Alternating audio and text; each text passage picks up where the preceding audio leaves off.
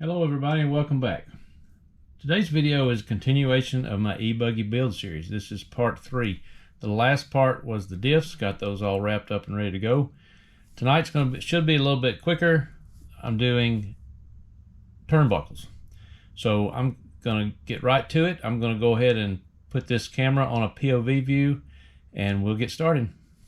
Okay, so here we go. Tonight we're doing turnbuckles. So let's go ahead and get our turnbuckle bag out of the box. And what I like to go ahead and do is get me a towel and lay it out. I'm going to try to lay them out like it is on the car. Now you see I got the manual out this time because this gets kind of confusing. It's best to go ahead and measure them out, make sure you got them all placed in the right place so you don't do anything wrong. So let me get out my special unboxing knife tonight. Tonight's knife is one of my favorites called Hammer brand. I don't know if you can see that, but it's a Hammer brand. It's got a little guys with his guns holding a hammer. This is a knife. It's an older knife, early 1900s, made by New York Knife Company, but it is the Hammer brand. It's one of my favorites. I've got several of them, so we'll see how sharp it is. Not very sharp, but it's pretty. Usually these knives, they're slightly used but polished and look very nice. So one of my favorites.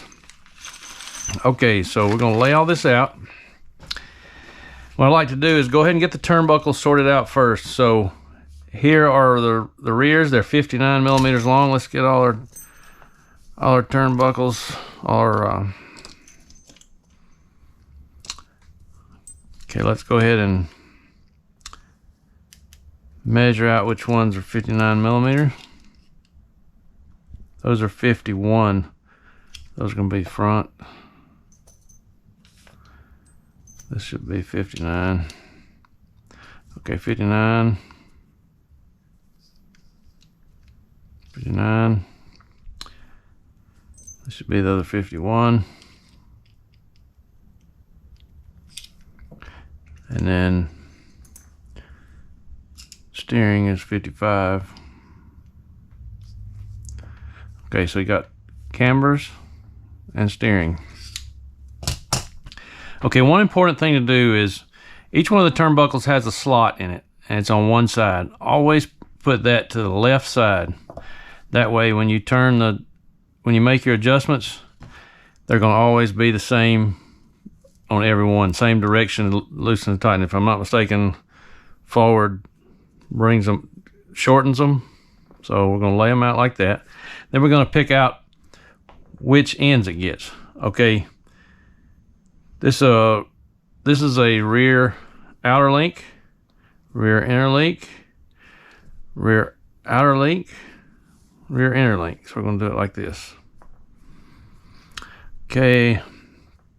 Steering goes like this, then like this, like this, and like this. And then the fronts are all pretty much the same.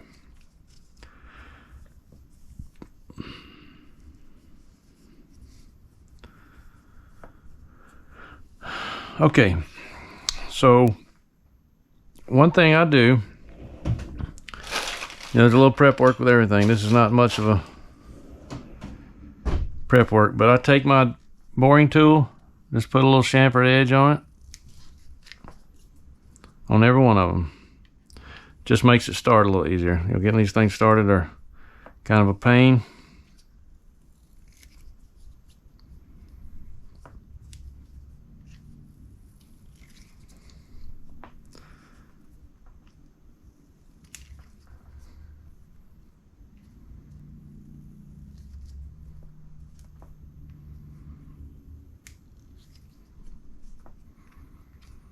Just one little pass with it is really all it needs.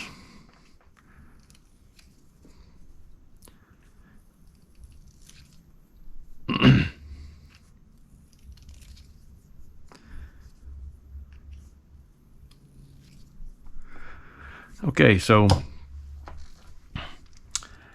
I kind of like to go ahead and put the balls in. So I use my fancy HB tool. So the front gets two different balls. Gets one on the inside like this. Part number 67204, according to the book. Always put your part in from the shiny side. See, there's a shiny side on one side and a dull side on the other. The shiny side is a tiny bit bigger and it's smoother, so the ball goes in with less stress on the part. Okay, and then the outer one is just the regular one. Go through the shiny side. Just put it in the tool, snap it in place.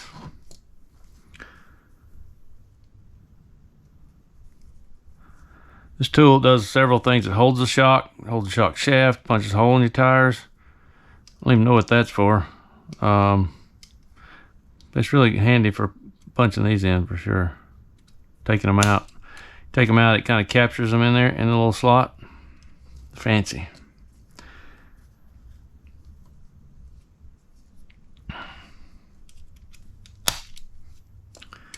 Okay, so on to the steering. Steering gets these balls with the little flange on it. So the left side, the kick out goes towards the back of the car, and so this is actually going to have to go from the opposite side, still from the shiny side, but put the flange side in first. Oh, doing something wrong here.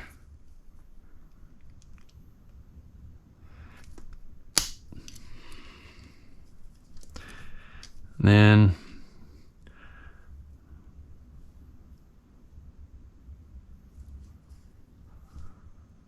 I may have just done that wrong.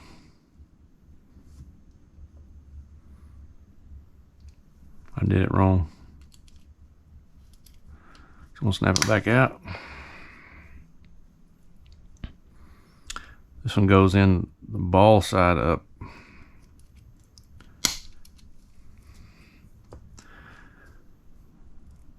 And this one doesn't really matter because it's the same on both sides. Just got to put it in the shiny side.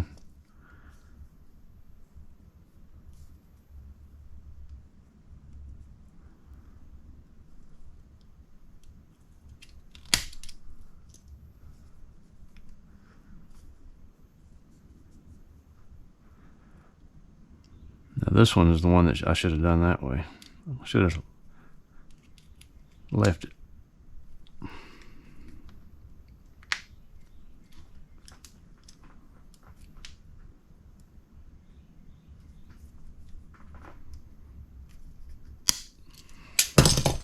Oh, there you go, just mess it all up.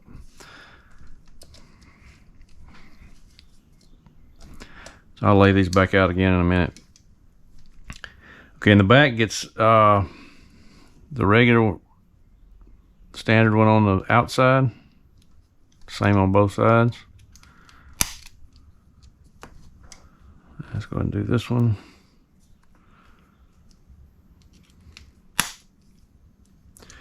And then these with the flange on it, they're the ones that go on the shock tower. So on the left side, they're going to face this way.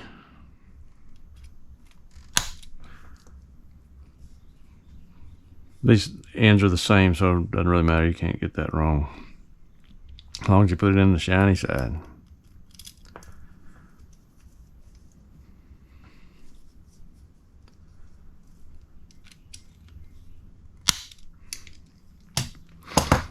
All right, so let's lay these out. Now they make a tool for putting these on that you put in a drill, and I've been saying I'm going to get one. It's made specifically for these HP turnbuckles. I've been saying I'm going to get one, saying I'm going to get one, and I never do. Now every time I turn around, here I am doing it the same old way again. So, it is what it is.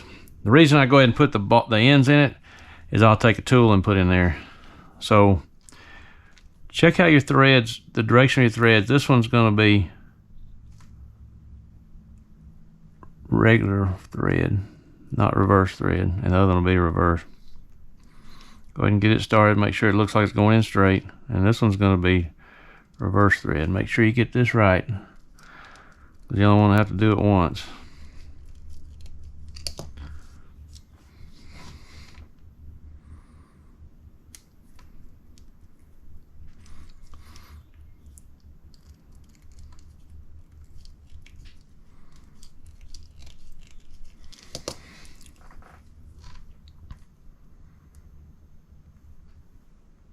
Now we'll do the steering.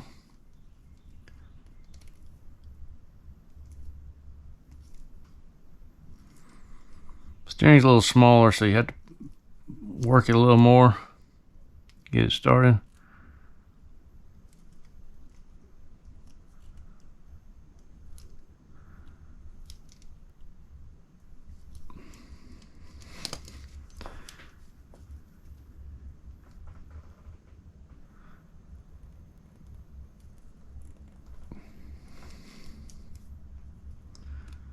Got a little pressure when you're putting it in there to get it started.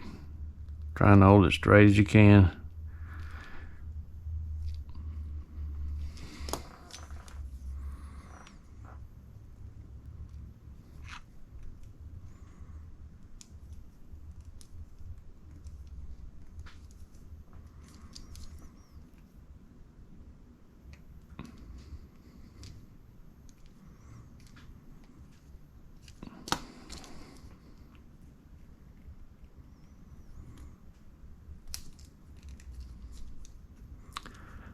Sorry, I don't have any fancy tricks on how to do this. This is just do it old school. Okay, in the fronts, I use this tool. VRP tool is what I use. Tools for life, it says. 6mm on the front. So what we're going to try to do, according to this, you want to start, a good starting point is 51mm in between the two ends. So I'll screw it in a good ways. I'll take my tool, put it in there and give it a twist. Oh, I'm turning the wrong way. So just work it.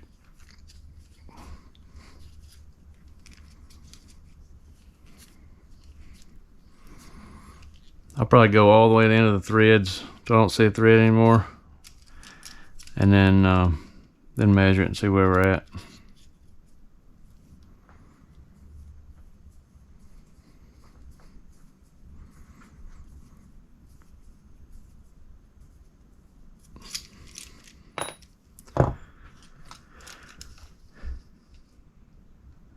$25mm. We want 18.75.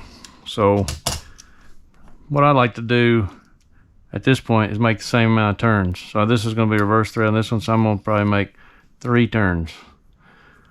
1, 2, 3. I'll switch over here. Do the same. 1, 2, 3. Again, we're looking for 18.75. Still got a ways to go. I'm gonna go ahead and do 2 more turns. I'm about to mess up. Gonna go 1, 2.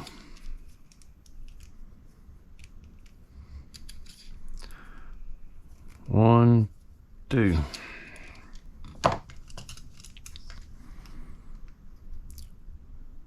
A little too much. So I'm gonna back her off just about a half a turn.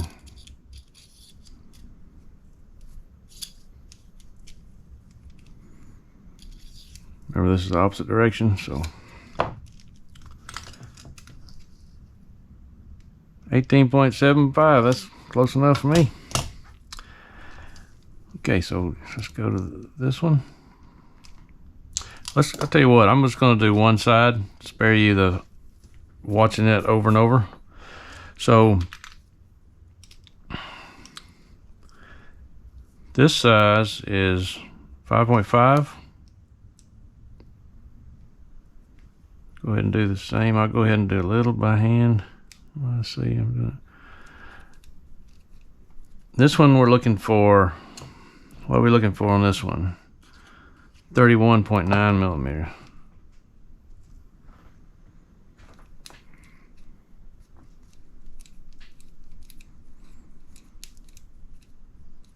I'll screw it into about there. Try to get it even as I can.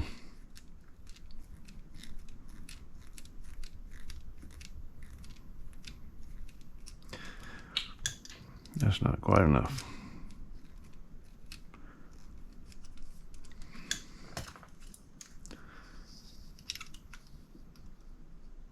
Well, that's 38. We got a ways to go.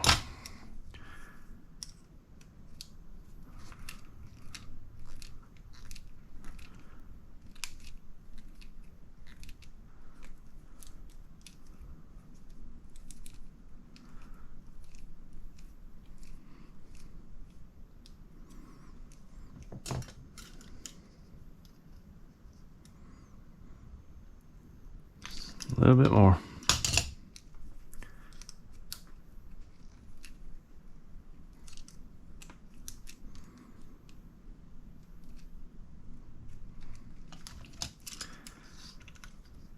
Let's see, I got one of them a little off. This one right here.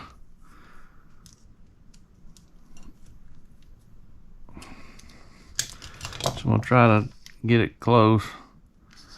Okay, right here we got about 1.6 millimeter, maybe a little more there.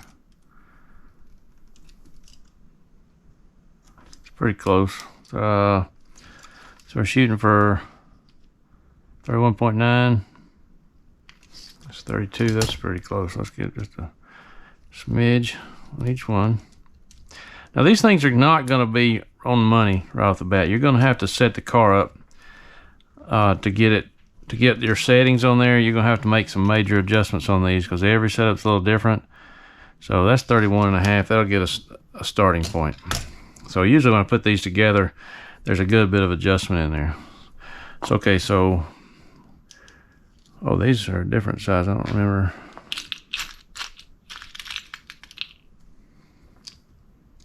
Actually, it was on here. Okay, so this is our reverse thread. This one is going to be 31.7 millimeter. This one's pretty tough, so we're going to go ahead and get our tool.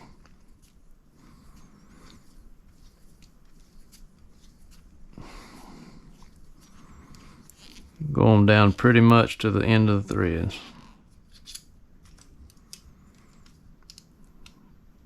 Just trying to go in a little crooked so you straighten it out and get a little more on it.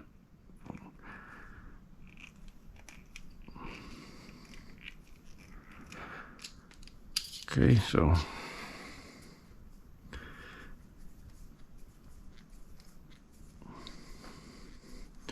might have went a little too far. We're going to measure this and see. We'll have to back it out some. So we're looking for 31.7. Yep, we went too far. So we got the threads pretty much into the threads, so we'll back off one turn on each one of them.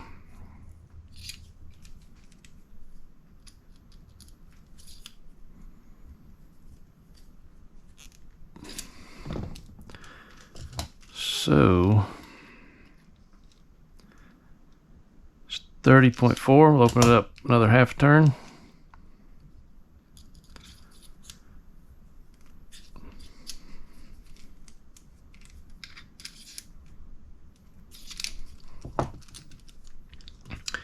Again, we're shooting for 31.7.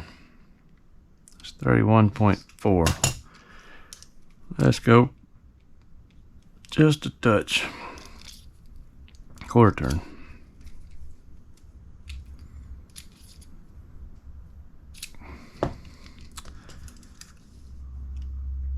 .45. That's close enough. Okay, so now what I like to do is put them somewhat in their orientation. So on this right rear, this piece goes in the shock tower this way, this one goes up. So looks like we're a little, if anything, we need to go, let's see here. I'm gonna go in with this one. Or no, I need to go out with this one. I'll get it here in a minute.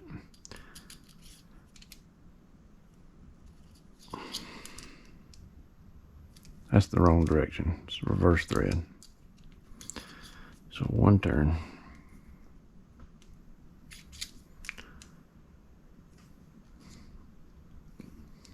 So on the rear, this goes in the shock tower and this goes in the rear hub. So it's just like that. So we ended up with, let's see here, 31.9. That's close enough. Okay, and then on our steering on the right side,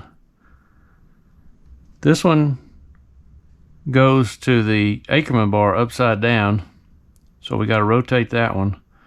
This one stays down this way, down on the carbon piece. So we'll just give it a twist this way to straighten that out. Pretty much an even turn. And like I say, there's a lot of adjustments you got to make once the car is together. So don't worry about that. At this point, it's not a real concern. So this one, same thing. Gonna twist it. This is on the front shock tower and on the front hub.